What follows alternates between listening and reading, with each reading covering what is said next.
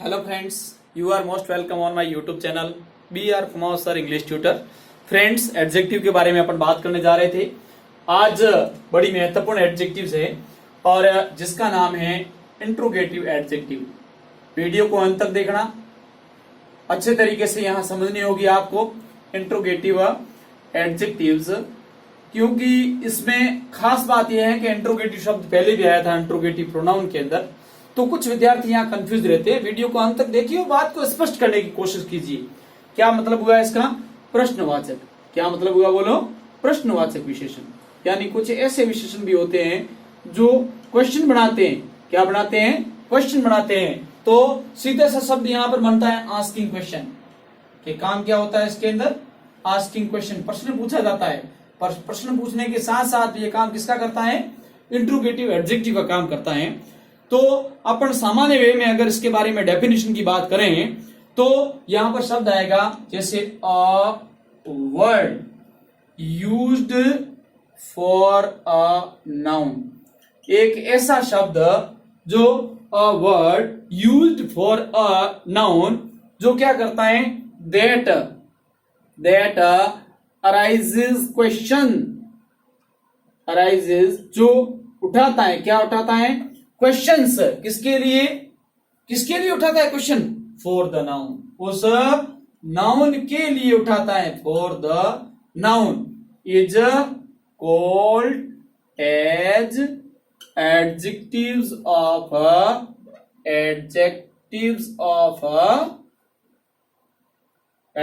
Of interrogative.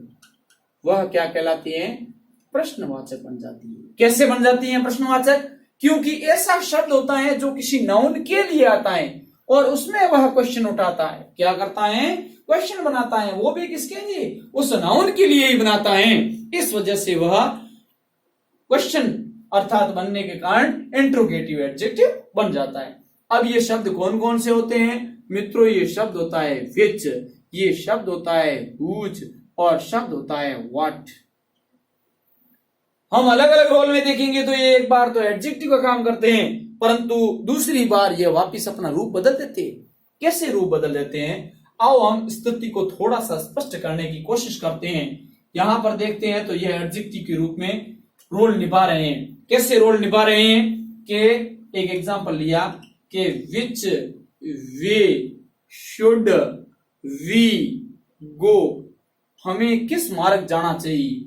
किस रास्ते चलना चाहिए? रास्ता, रास्ते की विशेषता बता रहा है शब्द विच। ऐसी स्थिति में ये यहां पर क्या हो गया बोलो? एडजेक्टिव का काम कर रहा है। हमने दूसरा एग्जांपल लिया, बहुत सिंपल से अपन लैंग्वेज में एग्जांपल लेते हैं। क्या लिया कि विच पेन इज योर्स। आपका पेन कौन सा है? पेन कौन सा, विशेषता बता रहा है, एडजेक्टिव बन गया। क्या बन गया? एडजेक्टिव। परंतु मित्रों यहीं पर हम इसी एग्जांपल को दूसरे तरीके से लिखा। क्या लिखा? कि विच इज योर पेन। अब क्या हुआ? गौर से देखो, विच के बाद में वर्ब आ गई। मित्रों विच अकेला है तो यहां पर ये प्रोनाउन बन गया है। इंट्रोगेटिव क्या बन गया है? प्रोनाउन। अब प्रोनाउन और एडजेक्टिव को तुलनात्मक रूप से देखो, विच पेन और which is. Which pen is yours, which is your pen. Which के बाद में जब वर्ब आती है तो प्रोनाउन है, पर विच के बाद यहां पर जब नाउन आता है तो ये एडजेक्टिव है। अब हम दूसरा एग्जांपल लेते हैं, हुज। ये भी बड़े सिंपल से एग्जांपल के माध्यम से अपन समझने की कोशिश करते हैं। जैसे अपन ने लिखा whose cow is a dish. क्या मतलब हुआ? शब्द आया हुज, उसके बाद में शब्द आया काउ, काउ के बाद आगे जो हुज लगा हुआ है ये किसका काम कर रहा है? एडजेक्टिव का काम कर रहा है। या फिर अपन ने जैसे और दूसरा एग्जांपल लेने की कोशिश की तो लिखा हमने हुज ब्रदर इज ही। यह किसका भाई है? ब्रदर, उसके आगे लगा हुआ हुज। ऐसी स्थिति में ये क्या बन जाएगा? इंट्रोगेटिव एडजेक्टिव बन जाएगा। वापिस हमने यहां पर इसको एग्जांपल को वापिस सीधे लिखने की कोशिश की तो शब्द आया हुज इज दिस काउ। मित्रों शब्द वो के वो हैं, हुज काउ इज और दिस। हुज काउ इज और दिस, परंतु शब्दों को जब सेट करते हैं तो whose के बाद में वर्ब है, तो ऐसी स्थिति मित्रों ये क्या बन गया, ये यहाँ पर इंट्रोगेटिव नाउन बन गया है। क्यों? क्योंकि यहाँ पर whose के जस्ट बाद में वर्ब है और यहाँ whose के जस्ट बाद में नाउन है। अब हम व्हाट के रूप को भी समझने की कोशिश करते हैं। जैसे हमने लिखा what kind of student is he, कि ये किस प्रकार का विद्यार्थी है। मित्रों व्हाट के बाद में शब्द आया काइंड, ये काइंड नाउन है, इस नाउन की ये विशेषता बता रहा है what kind of student is he. यहां पर लिखा what type of question is this, यह किस प्रकार का प्रश्न है। व्हाट के बाद में शब्द आया टाइप, नाउन आया और नाउन आने के कारण ये शब्द एडजेक्टिव का काम कर रहा है। व्हाट यहाँ पर किसका काम कर रहा है, एडजेक्टिव का। परंतु वापिस अपन यहां देखते हैं तो हम देखते हैं कि व्हाट आर यू रीडिंग, आप क्या पढ़ रहे हो, या लर्निंग क्या सीख रहे हो, व्हाट आर यू टीचिंग क्या पढ़ा रहे हो। मित्रों व्हाट के बाद में जब वर्ब आई, ऐसी स्थिति में ये किसका काम करेगा बोलो, ये प्रोनाउन का काम करेगा। तब हमारे समक्ष एक महत्वपूर्ण रूल आता है और वह रूल ये आता है, क्या रूल आता है, स्टार लगा के लिखना होगा कि यदि व्हाट, विच, हुज और व्हाट के बाद नाउन हो, क्या हो, नाउन हो तो ये क्या होंगे, तो ये इंट्रोगेटिव एडजेक्टिव होंगे।